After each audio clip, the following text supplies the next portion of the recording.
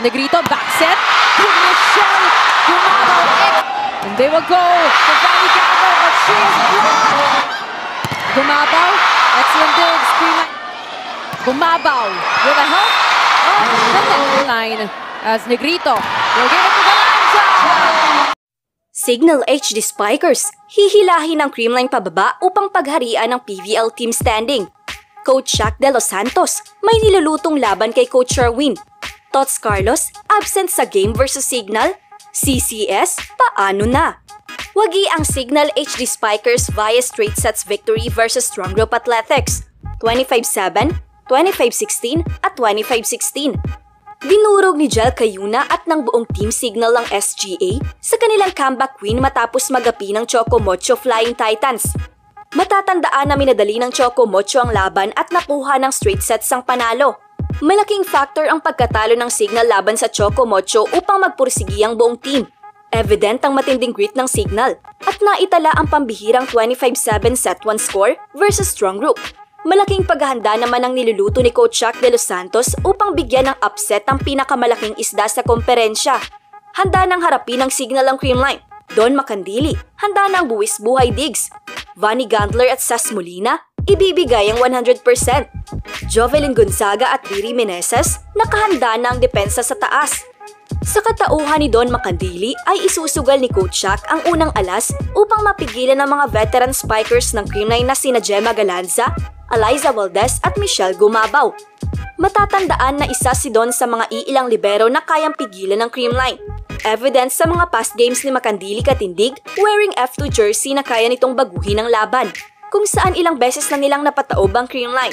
Kakailanganin naman pagdating sa scoring sina Jovelyn Gonzaga, Vanny Gandler at Sas Molina.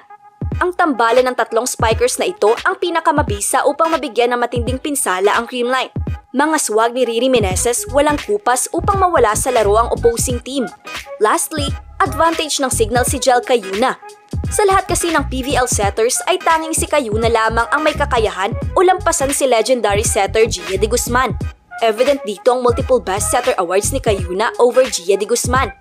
Huwag nating kalilimutan ang pambihirang coaching ability ni Coach Shaq De Los Santos upang mabigyan ng upset ng kahit na sinong team sa PVL. Naitala naman ng Creamline Cold Smashers ang kanilang ikalimang panalo laban sa Capital One Solar Spikers. Bigong makakuha ng set si legendary Coach Gorayev, 25-18, 25-14 at 25-15. Player of the game, si Kaloy Carlos na nagtala ng 14 points na may 60% attack efficiency. Pambihirang floor defense naman ang nagawa ni Eliza Valdez with 89% digging efficiency. Hindi rin nagpahuli ang buong team na umukit ng 8 kill blocks at 8 service aces. Aasahan ng team ang mga playmaker na sina Mafe Galanza at Kyle Negrito upang maisahan si Jel Cayuna. Tatapatan naman ni Dendan Lazaro, Kyla Atienza at Ella De Jesus si Don Macandili upang lamangan ang Signal sa floor defense. Hindi magpapabaya ang mga all-around players na sina Eliza Valdez, Rose Vargas at Gemma Galanza upang mabigyan na matinding pinsala ang Signal.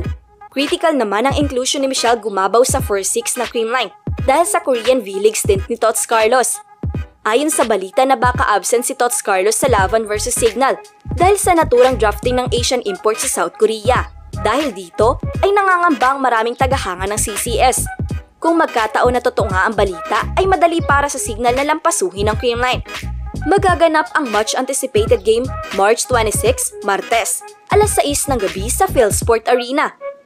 Don't forget to subscribe, like, and comment on this video.